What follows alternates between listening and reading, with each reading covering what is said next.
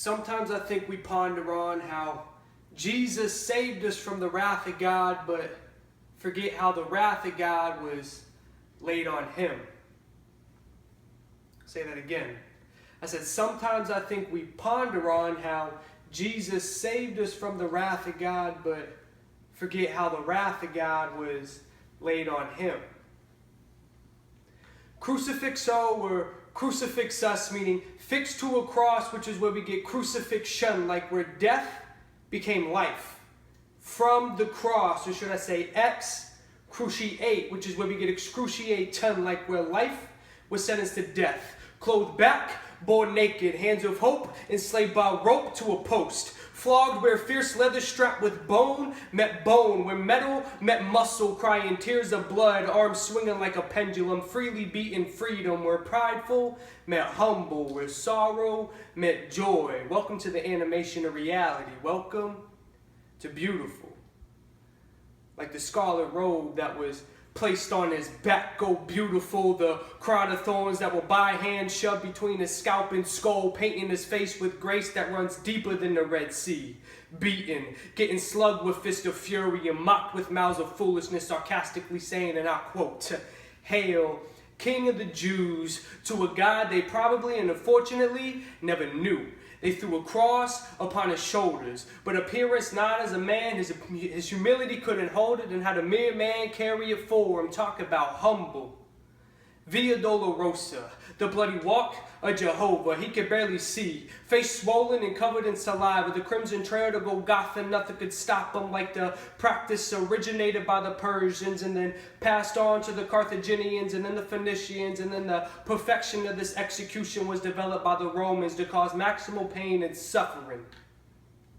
Like when the scarlet robe was ripped from his back, peeling back the blood that was congealed behind the scabs. Oh, beautiful, his stripes were now open, his blood kept flowing. And just let me explain to you how this back was laid on a piece of wood. And nails about 7 inches long were driven into the small bones of the wrists in the vicinity of the median nerve, which sent shock waves radiating through his arms.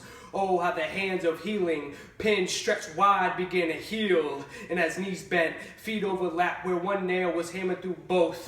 Oh, how the feet that served began to serve. Welcome to beautiful.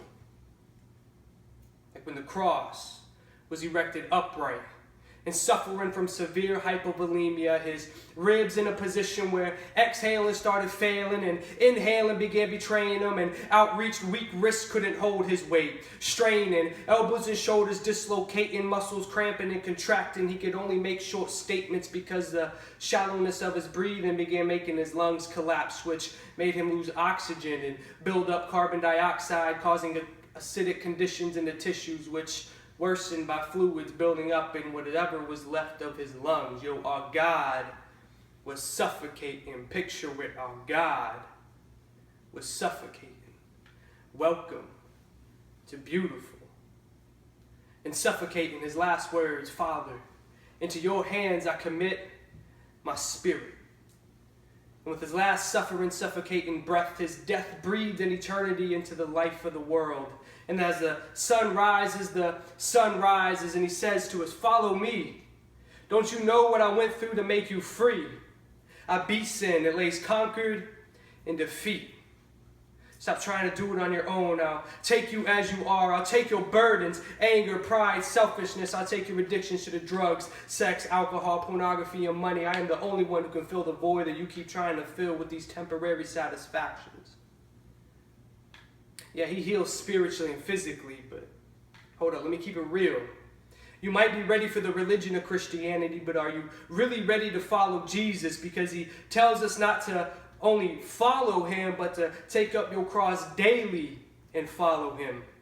Daily meaning 24/7, 365, homie. It's ride or die. Literally, like this cross ain't light. This life weighs it down, and it ain't easy. People might reject you. Your friends might walk away from you, and your parents may even hate you or disown you. You will get persecuted, made fun of, laughed at, but this cross is also full of an eternity of joy, peace, hope, love, compassion, and abounding grace that keeps on keeping on. But are you willing to persevere or finish this race?